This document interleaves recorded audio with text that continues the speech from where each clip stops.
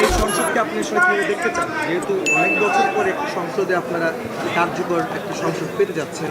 বিগত তিনটি নির্বাচনে আপনারা দুটি নির্বাচনে অংশ নেননি, একটি নিয়েছিলেন। তিনটি নির্বাচনকে আপনারা বলছেন একতরফা এবং আমিডামি নির্বাচন এগুলো বলেছিলেন, এবং আজকে একটি নিরপেক্ষ সুষ্ঠু আবার নির্বাচন গ্রহণযোগ্য নির্বাচন হচ্ছে সবাই বলছে। সেই নির্বাচনকে কীভাবে দেখতে চান সেই সংসদ? দেখুন, আগের তিনটি নির্বাচনে বিএনপির উপস্থিতি ছিল না, সে কারণেই সেই সংসদটিকে অনেক সময় বলা হতো একতরফা সংসদ। এই নির্বাচনে আওয়ামী লীগের উপস্থিতি নাই। সো সেই দিক থেকে দেখতে গেলে বাংলাদেশের মিনিমাম 30% মানুষের রিপ্রেজেন্টেশন নাই। সো আমি তো আসলে খুব বেশি পার্থক্য দেখতে পাচ্ছি না।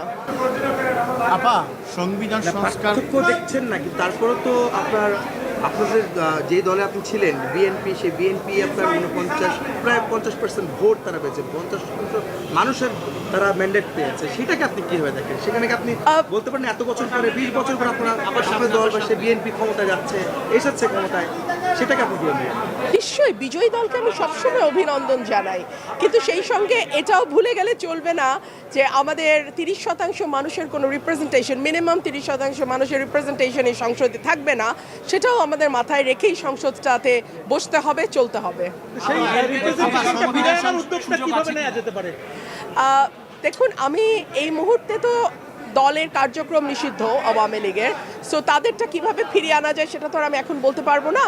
তাদের নির্বাচনে অংশ নেওয়ার সুযোগ যদি দেয়া হতো তাহলে দেখা যেত মানুষের ভোটেই যদি তাদের প্রত্যাখ্যানের ব্যাপার থাকতো, মানুষ তার ভোটের মাধ্যমে জবাব দিত। মানুষের ব্যালটের প্রতি আমাদের আস্থা এত কম কেন?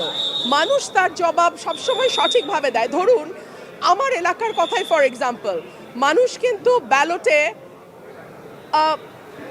প্রার্থী বেছে নিয়েছে এবং এই সুযোগটা মানুষকে দেওয়া উচিত বলে আমি মনে করি। আপনাকে বিএনপিতে দিবেন? ফেরত যাওয়ার কোনো সুযোগ আছে কিনা আপনার? এখন পর্যন্ত না। কোনো কি অফার করা হয়েছে কিনা ফেরত না, যাওয়ার? নির্বাচনের পরে আমার সঙ্গে কোনো যোগাযোগ হয়নি কারো। যোগাযোগ করা হলে কি ফিরবেন? ঘরের মেয়ে না, ঘরের মেয়ে মানে কি? আমি ব্রাহ্মণবাড়িয়ার মেয়ে, আমি ব্রাহ্মণবাড়িয়ায় ছিলাম, আছি, ভবিষ্যতে ব্রাহ্মণবাড়িয়াতেই থাকবো। আর বিএনপির মেয়ে হিসেবে আপনি কি বলবেন? আমি বিএনপির মেয়ে বলে কিছু নাই। আপনারা কেন জানি সবকিছুর মধ্যে আবেগকে গুলিয়ে ফেলতে পছন্দ করেন। আমি একটা দলের সমর্থক ছিলাম এবং আমি দেশ এবং মানুষের পক্ষে কথা বলেছি সেই দলের হয়ে। তারপরে আমাদের মধ্যে মতের মিল হয়নি, আমি সরে গেছি। এখানে আসলে আবেগকে নিয়ে আসবার কিছু আছে বলে আমার মনে হয় না।